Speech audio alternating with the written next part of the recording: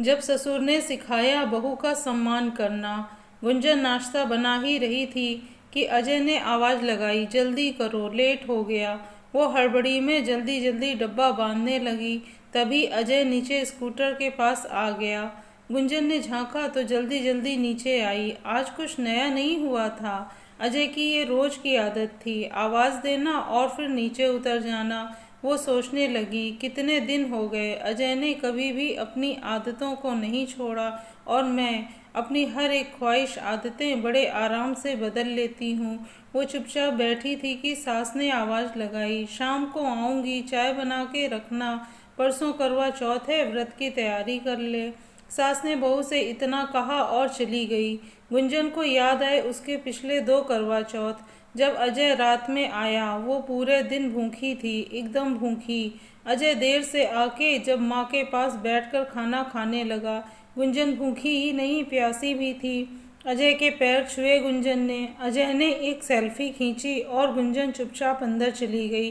सास ने कहा, जा कढ़ी ले आ अंदर से, अजय खा ले और तू भी खा लेना। बहुत सारे ख्याल गुंजन के मन में चल रहे थे। वो चुपचाप बैठी थी। ससुर जी बाजार से सामान लेकर अंदर कमरे में आए ही थे कि तभी उन्हें चक्कर आने लगा और वह नीचे गिरने लगे। गुंजन ने उन्हें जल्दी से संभाला और दौड़कर रसोई से एक गिलास पानी लेकर आई। ससुर जी बहुत थक गए थे। गुंजन घबरा गई। उसने ससुर जी से पूछा, आप ठीक तो हैं? गुंजन के ससुर ने पानी पिया और थोड़ी देर हवा में बैठे और उसके बाद बोले, हाँ बेटा, मैं बिल्कुल ठीक हूँ। ससुर जी बोले, बेटा सामान लाया हूँ। बेटा ये पानी कितना ज़रूरी है जीवन के लिए। मैं कभी कभी सोचता हूँ ये तेरी माँ और तू कैसे बिना पानी के पूरा दिन भूखी प्यासी रहती हैं।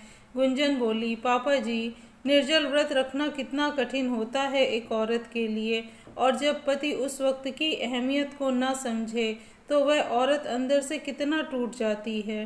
गुंजन के ससुर सुन रहे थे। उन्हें मालूम था कि उनकी पत्नी गुंजन को एक बहू समझती है, उससे ज़्यादा कुछ नहीं। वह चुपचाप गुंजन की बातें सुन रहे थे।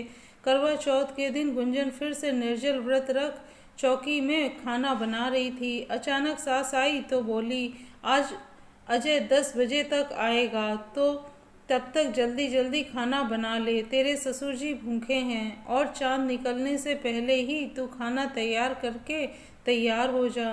रसोई में गुंजन के मन में तरह तरह के ख्याल आ रहे थे। वह सोच रही थी कि आज तक अजय ने उसके लिए अपनी ज़िंदगी में क्या बदलाव किया, और गुंजन ने अपनी पूरी ज़िंदगी ही बदल दी थी। उसे अफसोस यह था कि अजय उसे बिल्कुल नहीं समझ पाता। वह सिर्फ अपनी दुनिया में खोया रहता था। उसके लिए गुंजन एक पत्नी थी, सिर्फ एक पत्नी, और उसके घर की बहू। लेकिन गुंजन के लिए अजय एक पूरा संसार था। रात के 9 बजे चांद निकला। गुंजन की सास और गुंजन दोनों पूजा कर रहे थे कि अचानक ससुर जी कहीं चले गए। 10 बज गए। जब ससुर जी लौट के नहीं आए तो सास को बहुत चिंता होने लगी। उन्होंने बार बार फ़ोन किया और ससुर जी ने फ़ोन उठाने पर कहा कि वह बस अभी आ ही रहे हैं। रात 11 बजे गुंजन के ससुर घर लौटे तो अजय पहले ही लौट चुका था। ससुर जी को इतनी देर में आते देख अजय थोड़ा सा गुस्सा में आ गया। उसने तुरंत अपने पिता से कहा, पापा जी, आप इतनी देर आज क्यों आ रहे हैं? आपको पता है ना, माँ का व्रत है। वह कितनी देर से भूखी प्यासी सुबह से आपका इंतज़ार कर रही हैं, और इस टाइम पूजा के समय आपको कहीं जाने की क्या ज़रूरत थी? सबसे पहले तो आपको सारे काम छोड़कर यहाँ आना चाहिए था। ससुर जी हल्का सा मुस्कुराए और बोले, बेटा, अगर यही काम तू करता बहू के साथ तो मुझे भी इतनी ही खुशी होती। तुझे पता है, मैंने देखा है 2 साल से बहू प्यासी बैठी रहती है और तू आकर चुपचाप माँ के साथ खाना खाकर सोने चला जाता है। बहू सुबह से तेरा इंतज़ार करती है, वह भी भूखी प्यासी। बेटा, आज तेरी माँ ही नहीं, तेरी पत्नी भी भूखी है। एक गिलास पानी की कीमत कितनी अहमियत है। बेटा सोच, पानी के बिना कैसा लगता है। चल पत्नी के साथ बैठ, उसको सबसे पहले पानी पिला और उसको खूब आशीर्वाद दे, फिर हम सब मिलकर खाना खाएंगे। अजय निशब्द था। उसने गुंजन को पानी पिलाया। ससुर जी ने पैसे निकालकर दोनों की नज़र उतारी। तो दोस्तों, आपको यह कहानी कैसी लगी कमेंट सेक्शन में ज़रूर बताएं। अगर पसंद आए तो लाइक और शेयर करें। चैनल पर नए हैं तो सब्सक्राइब करें।